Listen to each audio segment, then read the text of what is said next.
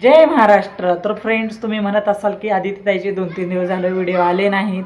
तर म्हटलं काय टॉपिक घ्यायचा तो रोज विचार चालायचा. कारण की टॉपिकचं तरी सोडा, पण माझ्या मागे 2-3 दिवस फार काम चालू होतं आणि आमच्या बिल्डिंगमध्ये काकांचा पण 10वा होता. त्याच्यामुळे धावपळीमध्ये व्हिडिओ टाकायचे राहिले. तुम्ही म्हणत असाल की आदित्यताई कुठं गेल्या, काही व्हिडिओच येत नाही आहेत. तर माझ्या मागं 2-3 दिवस काम पण होतं आणि धावपळीमुळं वेळच भेटला नाही व्हिडिओ काढायला. मी आधीमध्ये लाईव्हला येत होते आणि कामामुळं तुम्हाला माहीतच आहे, कामामुळं काही वेळ नाही भेटला की व्हिडिओ नाहीत येत माझे. तर आता मी गहू निवडायला लागले. बघा तुम्ही, आता किती वाजले त्या, संध्याकाळच्या 7:30 वाजल्या त्या. आणि आता गहू ज्वारी निवडून ठेवते. चला बघू आपण काय काय कामं चालले आहेत ते. हे पहा, गहू निवडायची कामं चालू आहे ती. कारण की फरशीवर ते सर्व क्लीन दिसतं आणि खडे वगैरे असेल तर प्रत्येक खडाही साईडला निघला जातो. तसंच गहू ज्वारी दोन्ही पण निवडून झाल्यात आता. तर हे आता उद्याच्या तुम्हाला माहीतच आहे की गुरुवारचे पुणे ठिकाणच्या सर्व गिरणी बंद असतात, पिठाच्या गिरणी बंद असतात. त्यामुळं आज सगळी तयारी करून ठेवायची आहे. तर गुरुवारमुळं प्रत्येक पुणे ठिकाणी गिरणी हे बंद असतात. त्यामुळं गहू ज्वारी दळून आणून ठेवलं पाहिजे. त्याचे सर्व तयारी झालेले आहेत. चला आपण ज्या विषयाला बोलणार आहोत त्या विषयाची सुरुवात करूया. तर उद्या आहे छानसा दिवस. तर तुम्हाला माहीतच असेल काय आहे दिवस. तर तुम्ही व्हिडिओ न स्किप करता पूर्ण बघा. तुम्हाला माहीत असेल की उद्या काय आहे ते. उद्या आहे मयंकचा बड्डे आणि स्पेशल इन्व्हिटेशन केलं आहे करिश्मानी मला. आणि तिने इन्व्हिटेशन केलं तरी, मी नाही केलं तरी पळत जाणार. कारण की ते पण माझं पण एक लेकरू आहे आणि मी त्याला साधारणपणे 4था बड्डे असेल. मी त्याच्या बड्डेला, प्रत्येक बड्डेलाही जाते. तर दुसरा बड्डे स्वतः तर माझ्या घरातच केला होता. तुम्ही जर तिच्या चॅनल, जे जुना चॅनल होता ना, तिच्यावर तिने व्हिडिओ टाकलेले होते, त्या चॅनलवर बघा, माझे पण व्हिडिओ होते की आम्ही इथं त्याचा बड्डे केलेला सर्वांनी मिळून. खूप छान बड्डे केला होता. ते पण माझ्याकडे फोटो आहेत त्याचे. खरंच मयंकचा ना लय जीव आहे माझ्यावरती. मावशी मावशी करत पहिला येतो, मम्मी चल ना मावशीकडे, मला मावशीकडे जायचं आहे, मला मावशी खूप आवडते, मला खूप जीव लावते, मला मावशीकडंच जायचं आहे. एवढं त्याचा जीव आहे ना माझ्या. आणि प्रत्येक गोष्टी पण ऐकतो बरं का तो माझ्या. असं नाही मयंक असं करायचं नाही तर नाहीच करणार तो. मला घाबरतो पण म्हणतो माझी मावशी व्यवस्थित सांगते मला आणि मी मावशीचा ऐकणार पण. एवढा छान स्वभाव त्याचा, ऐकण्याचा स्वभाव. आणि मयंकला मी आज खूप दिवस झालं बघते. खरंच खूप हुशार आहे, संस्कारी आहे आणि प्रत्येक गोष्टी पण ऐकतो तो. आणि तिच्याबरोबर त्याचे पण हाल झाले, पण लेकरू असं आहे की कुठल्याच गोष्टीत हार मानली नाही मयंकने. कुठल्याच गोष्टीमध्ये मम्मीच्या सोबतच उभा राहिला. असं लेकरू भेटायला नशीब लागतं की आईचं प्रत्येक गोष्ट ऐकतो, सगळं कामही पण करतो जेवढी त्याच्याने होतात तेवढी. आणि खरंच खूप संस्कारी मुलगा आहे. त्याला छान तिने शिकवलं पण आणि चांगला संस्कार पण लावले तिने तिच्या मुलाला. आणि स्पेशली आज त्याच्यासाठी उद्या छानसा दिवस आहे, त्याचा बड्डे आहे.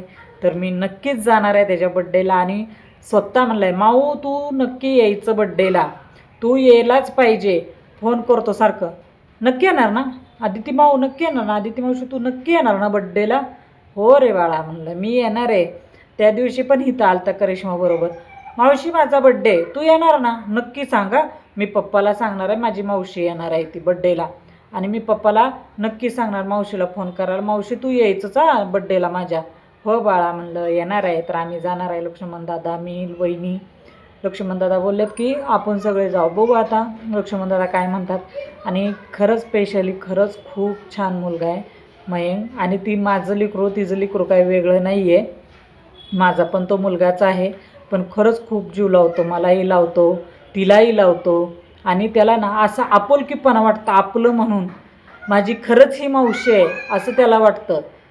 शेवटी हो का, रक्ताचं तर नातं नाही आहे, आम्ही दोघींनी रक्ताच्या वरचं नातं मानलेलं आहे.